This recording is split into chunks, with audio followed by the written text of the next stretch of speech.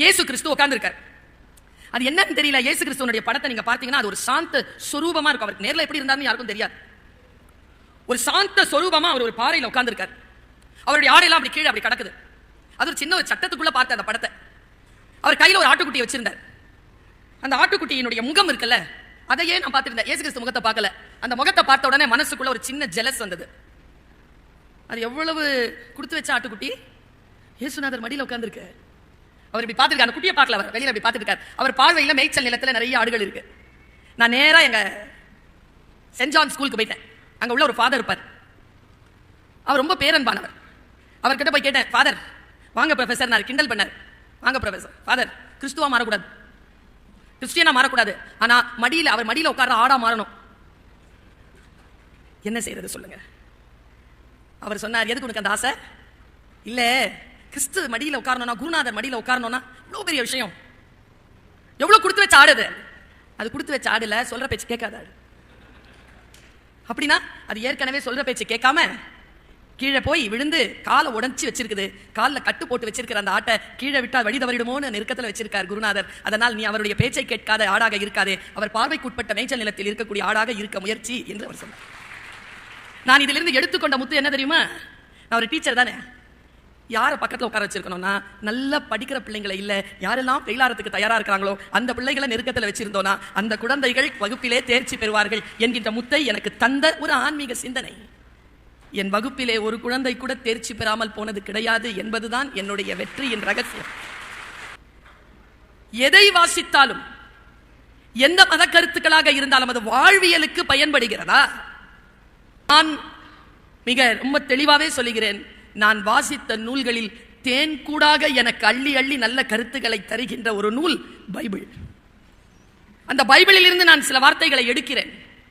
அந்த வார்த்தைகள் எனக்கு முத்தாக மாறுகிறது. நான் தாகத்தோடு தவிக்கக்கூடிய சிப்பிதான். வானத்திலிருந்து இறங்கி வருகின்ற அந்த நீர்த்துளி எனக்குள் முத்துக்களை அள்ளி தருகிறது.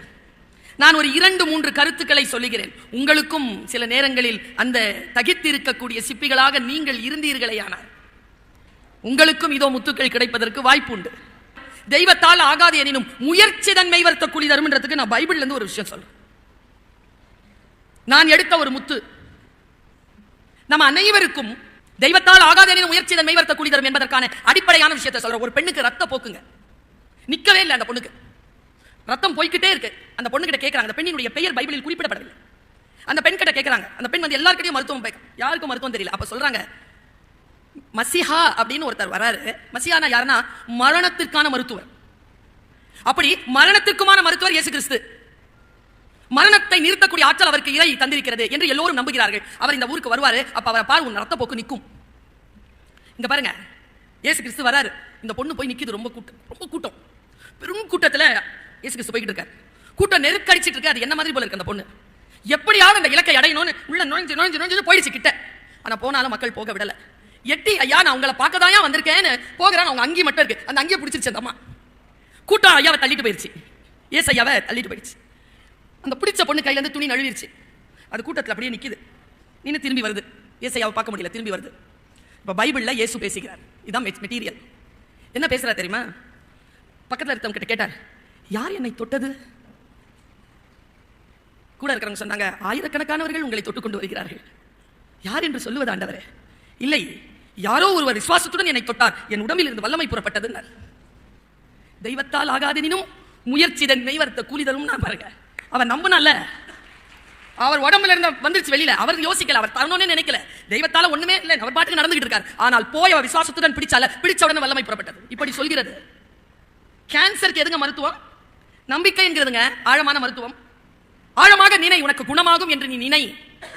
இந்த நினைவு இருக்கு இல்லையா, இந்த விசுவாசத்தை பலப்படுத்துகிறது கிறிஸ்துவ நூல். யார் வீரர்கள்? மன திட்பம் கொண்டவர்கள் தான் வீரர்கள். நான் பைபிளில் இருந்து ஒன்று சொல்லுகிறேன். ஜீசஸ் கிளம்புற சபை கட்டணம் இருக்கு.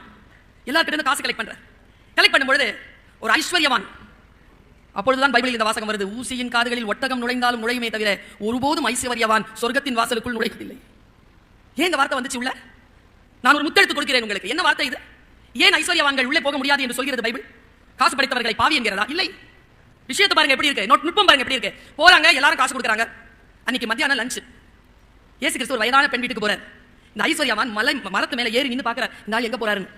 அவர் போனவர் ஒரு ஏழை பாட்டி வீட்டுக்கு போறார்.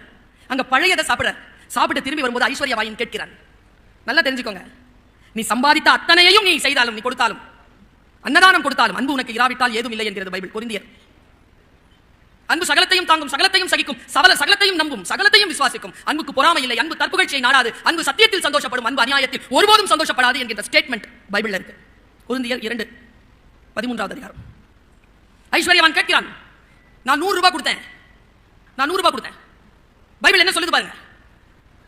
நான் 100 ரூபாய் கொடுத்தேன், என் வீட்டில் சாப்பாடு இருக்கு, நீங்க வரல, அவ 1 ரூபா தான் கொடுத்தா, அந்த பெண் வீட்டுக்கு போய் சாப்பிட்டீங்க. இயேசு கிறிஸ்து பதில் பாருங்க. தலைவர்கள் அங்கெல்லாம் they are leaders. அந்த தலைவர் சொன்ன பதில் என்ன தெரியுமா? பல பேருக்கு அவர் இறை. மிகச்சிறப்பாக தன்னுடைய 33 வருஷம் தாங்க வாழ்ந்தார். 29 வருஷம் வரைக்கும் ஒரு கார்பெண்டருங்க. 4 வருஷம் தான் களத்துல போராடினார், கொலை உண்டார், இல்ல கொன்னுட்டார். அந்த 3 வருஷத்தில் அவர் செஞ்சது என்ன? அவர் சொல்றார், நீ 100 ரூபாய் கொடுத்த உண்மைதான், அவ 1 ரூபாய் கொடுத்த உண்மைதான், என்ன வித்தியாசம் தெரியுமா? நீ உங்ககிட்ட இருந்ததுல 100 ரூபாய் கொடுத்த, அவ தங்கிட்ட இருந்தது எல்லாத்தையும் சேர்த்து 1 ரூபாய் கொடுத்தா. கொடை எது? ஒருத்தங்களுக்கு கொடுக்கும்போது எப்படி கொடுக்கணும்? அந்த மனம் எப்படி இருக்க வேண்டும்? இந்த மனம் இருக்கு இல்லையா, இந்த மனதிற்கு விளக்கம் தருகிறது பைபிள். நான் யோசிக்கிறேன், அன்புக்கு ஏதுங்க விளக்கம்? இயேசு வந்து சிலுவையில் தொங்க விட்டுருக்கான். ஒரு லெபனான் கவி இப்படி பார்க்கறான், இது அழகிய பெரியவன் எனக்கு சொன்னது. அவன் சொல்றான், அவன் 4 வார்த்தையில் எழுதினான். அவனை முழு கிரீடம் போட்டுருக்காங்க இயேசு கிறிஸ்துக்கு, ரத்தம் வடியுது. அவன் எழுதுறான், என்ன கருணையான உலகம், முல்லை விதைத்தால் ரோஜா அல்லவா முளைக்கிறது. அன்புங்க. அவர் பாவமே செய்யுங்க, எல்லா பாவமும் செய்யாதீங்கப்பான்னு சொன்னதனால தூக்கலிடப்பட்டார். இதுதான் இயேசு கிறிஸ்துவின் வரலாறு. அவர் சொல்றாரு, கடைசியா வரைக்கும் சொல்றாரு, இறைவா இவர் என்ன செய்கிறார் என்பதனை தெரியாமல் செய்கிறார், இவரை மன்னியும். வாழ்க்கையின் கடைசி துளி வரைக்கும் அன்போடு இருக்க முடியுமா? அப்படி அன்பாக இருந்தவரை பற்றி தானே நாம் பேசிக் கொண்டிருக்கிறோம். அன்புதான், சகலமும் அன்புதான். இளைஞர்கள் நிறைய பேர் வந்திருக்கிறீர்கள், அதனால் இதை நான் சொல்லுகிறேன். காது இருக்கின்றவர்கள் கேட்க கடவீர்கள் அப்படின்னு ஒரு வார்த்தை இருக்கு. அது என்ன வார்த்தை? அது நான் உள்ள போறேன், எனக்கு அந்த பைபிள் வார்த்தைகள் எல்லாம் ஒண்ணுக்கு பின்னால ஒண்ணு விளக்கம் கொடுத்துட்டே இருக்கு. உள்ளவனுக்கு தரப்படும், இல்லாதவனிடம் இருந்து இருப்பதும் எடுத்துக் கொள்ளப்படும். அது எப்படி? இல்லாதவனுக்கு தானே கொடுக்கணும், உள்ளவனுக்கு தரப்படுமா? இல்லாதவனிடம் இருந்து இருப்பதும் எடுத்துக் கொள்ளப்படும். அது எப்படி நியாயம்? நான் வாசிக்கிறேன். ஒருத்தர் வெளியில போகும்போது ஒருத்தர் 4 காசு, ஒருத்தர் 2 காசு, ஒருத்தர் 1 காசு கொடுத்துட்டு, நான் வரதுக்கு ஒரு 6 மாசம் ஆகும், இந்த காசை வச்சுட்டு ஏதாவது ஒரு உருப்படியா பண்ணி வைங்க, வந்தா கணக்கு பண்ணிட்டு போயிட்டார். 6 மாசம் கழிச்சு வந்தார், 4 காசு கொடுத்தா அதை 8 ஆக்கி வச்சிருந்தான் பிசினஸ் பண்ணி. கொஞ்சம் தான் கொடுத்தேன், எல்லாவற்றையும் சிறப்பாக்கி இரட்டிப்பாக்கி வைத்திருக்கிறார். சகல விஷயங்களுக்கும் உன்னை நான் அதிகாரி ஆக்குகிறேன். 2 காசு கொடுத்தவன் 4 ஆக்கியிருக்கான். இன்னும் சிறிதாக கொடுத்தேன், அதையும் இரட்டிப்பாக்க வைத்திருக்கிறான். உன்னை சகல விஷயங்களுக்கும் உன்னை அதிகாரி ஆக்குவேன். நம்மால் ஒத்த காசு எங்கப்பா இரு, நேரா போய் அந்த ஒத்த காசு எடுத்துட்டு கையில கொடுத்துட்டு, இங்க பாரு 1 ரூபா கொடுத்துட்டு திரும்பி வருவேன், கணக்கு சொல்லணும்னு சொன்னேன். கோவக்காரன், நான் இதை ஏதாவது செஞ்சுட்டு உன் கோவத்துக்கு எதுக்கு அளவுனா உன் காசை வச்சுக்கோ. அப்போ ஆண்டவர் சொன்னார், உன் சோம்பேறித்தனத்தை முன்வைத்து நீ உழைக்காமல், நீ ஒன்றும் செய்யாமல் கொடுத்த முதலீட்டை புதைத்து வைத்துவிட்டு அதையே திருப்பி தருகிறாயா? அதை திருப்பி தருகின்ற பொழுது என் கோபத்தை வேற அதை பொறுமையாக முன்வைக்கிறாயா? கொண்டு வா என்று அவன் இடம் இருந்த 1 ரூபாயும் பறித்துக் கொண்டார். இப்போ புரியுதா? உண்மையும் நேர்மையும் உழைப்பும் இருப்பவனுக்கு தரப்படும், அவை எல்லாம் இல்லாதவனிடம் இருந்து இருப்பதும் எடுத்துக்கொள்ளப்படும் என்று சொல்கிறது பைபிள். இதெல்லாம் பைபிள்ல வரக்கூடிய விஷயங்கள். ரொம்ப சூட்சமான ஒரு விஷயத்தை சொல்றேன், ரொம்ப சூட்சமம். இது நமக்கு புரியறதுக்கு, விதைக்க தெரிந்த ஒருவன் விதைகளை எடுத்துக்கொண்டு விதைக்க புறப்பட்டான். என்ன வார்த்தை பாருங்க, விதைக்க தெரிந்த ஒருவன் விதைகளை எடுத்துக்கொண்டு விதைக்க புறப்பட்டான். எல்லாம் சரியா இருக்கு, ஒரு தப்புங்க. முதல் வார்த்தை தொடங்குது மார்க், காது இருக்கின்றவர்கள் கேட்க கடவீர்கள். டேப்பா, எவ்வளவு தடவை சொல்லிருப்போம் நம்ம பிள்ளைங்க கிட்ட, என் சொல்ற பேச்ச கேளுடா. என் தம்பி பதில் கிட்ட எவ்வளவு நாள் சொல்லியிருப்பேன், சொல்ற பேச்ச கேளுப்பா. காது இருக்கின்றவர்கள் கேட்க கடவீர்கள். கேள். விதைக்க தெரிந்த ஒருவன், நான் சொல்ற விதைகள் அல்ல, உங்கள் வாழ்க்கை, உங்கள் எண்ணங்கள், உங்கள் முயற்சிகள், அவை வழியில் சிந்தின. சில விதைகள் வழியில் சிந்தின, பறவைகள் பட்சித்து போட்டன. சில விதைகள் பாறையில் விழுந்தன, பாறையில் மண் இல்லாத காரணத்தினால் ஆழமாக விதைக்கப்படவில்லை, அவை முளைத்தன, வெயில் பட்டு கருகின. எங்க விதைக்கணும்? பாறையில போட்ட. 3வது, சில விதைகள் முட்களில் விழுந்தன, அவை நெருக்கடித்து இல்லாமல் ஆயின. சில விதைகள் நல்ல நிலங்களில் விழுந்தன, அவை 30ஆகும் 60ஆகும் 100ஆகும் போகம் அளித்தன. காது இருக்கின்றவர்கள் கேட்க கடவீர்கள். எங்க விதைக்கணுமாங்கிறதைங்க, எங்க முயற்சியில் ஈடுபட வேண்டுமோ அந்த முயற்சியில் ஈடுபடுங்கள், வீணாக வேண்டாம் என்று சொல்கிறது பைபிள். நமக்கு கிடைத்த இன்னொரு முத்து. யூத் நிறைய பேர் வந்திருக்கிறீங்க. இந்த ஒரு விஷயத்தை மட்டும் நான் உங்கள் வருங்கால நன்மைக்காக சொல்ல, டீச்சர்ல ஆசைனா குற்றம், இரிதல்னா களைதல், குற்றங்களை களைபவர்கள் ஆசிரியர். ஆயத்தமாக இருங்கள்னு ஒரு வாசகம் இருக்குங்க பைபிள்ல. B prepare your self, be ready. எத்தனை பேர் பி ரெடி? நாளைக்கு எக்ஸாம் இருந்துச்சுன்னா இன்னைக்கு 7 மணிக்கு தான் புக்கே எடுக்கிறது. எல்லாம் இருக்குது, நோட்ஸ் படிச்சுக்கலாம். 12 மணி வரைக்கும் படிச்சு இன்னும் 4 மணிக்கு எழுந்துச்சு படிச்சிடலாம். அலாரம் வச்சு எழுந்திருக்க முடியாது, 6 மணிக்கு முடிஞ்சு முடியாம கடைசியா ரூமுக்கு வெளியில நின்றுட்டு படிச்சிருக்காங்க. பார்த்திருக்கீங்களா? அப்படி படிக்கிறதுல உருப்படியா படிக்காததான் கேள்வியாவே வரும். வாழ்க்கை அப்படிதான், உரி அடிக்கிற மாதிரி கண்ணை கட்டி விடுறது மட்டும் இல்ல, சுத்தி விட்டுரும். அடிக்கவே முடியாது இலக்க. சொல்லுது பாருங்க பைபிள். உண்மையாவே சொல்றேங்க, அது ஒரு சமுத்திரம். சமுத்திரம். நீங்கள் இறங்கி முத்து எடுக்கணும். மீன் பிடிச்சிட்டு போயிடக்கூடாது. மீன் பிடித்துக் கொண்டு போகலாம், ஒருவேளை உணவு தானே மீன். முத்து வாழ்க்கைக்குமான செல்வம் இல்லையா? வாழ்க்கைக்குமான செல்வத்தை சொல்கிறேன் பாருங்க. ஆயத்தமாக இருங்கள். அசிரியர் ஒண்ணு வருதுங்க காதல. கன்னிமார்கள் தூங்கிக் கொண்டிருக்கிறார். ஆயத்தமாக இருங்கள், உங்கள் மணாளன் வந்து விட்டார். கடவுளன் எந்திரிக்கிறாங்க. பைபிளை படிச்சீங்கன்னா அவ்வளவு ருசியா இருக்குங்க. அந்த பகுதிகள் எல்லாம் படிச்சீங்கன்னா கீழே வைக்கவே முடியாது. ஒரு மர்ம நாவல படிக்கிற மாதிரி இருக்கும். வந்துட்டார். இந்த 10 கன்னிமார்கள் இருந்தாங்க போல. அத்தனை எந்திரிச்சிச்சு. போலாம் போலாம். அதுல புத்திசாலி கன்னிமார்கள். வார்த்தைக்கு பாருங்க, யூத். புத்திசாலி கன்னிமார்கள் எப்போ வருவார்னு நேரம் சொல்லல. போய் நிப்போம், லேட் ஆயிடுச்சுன்னா இருட்டாயிடுமே. தீப்பந்தங்களை எடுத்துக்கொண்டார்கள். அதிலும் அதிபுத்திசாலியான கன்னிமார்கள் கூடுதலாக எண்ணெயையும் எடுத்துக்கொண்டார்கள்.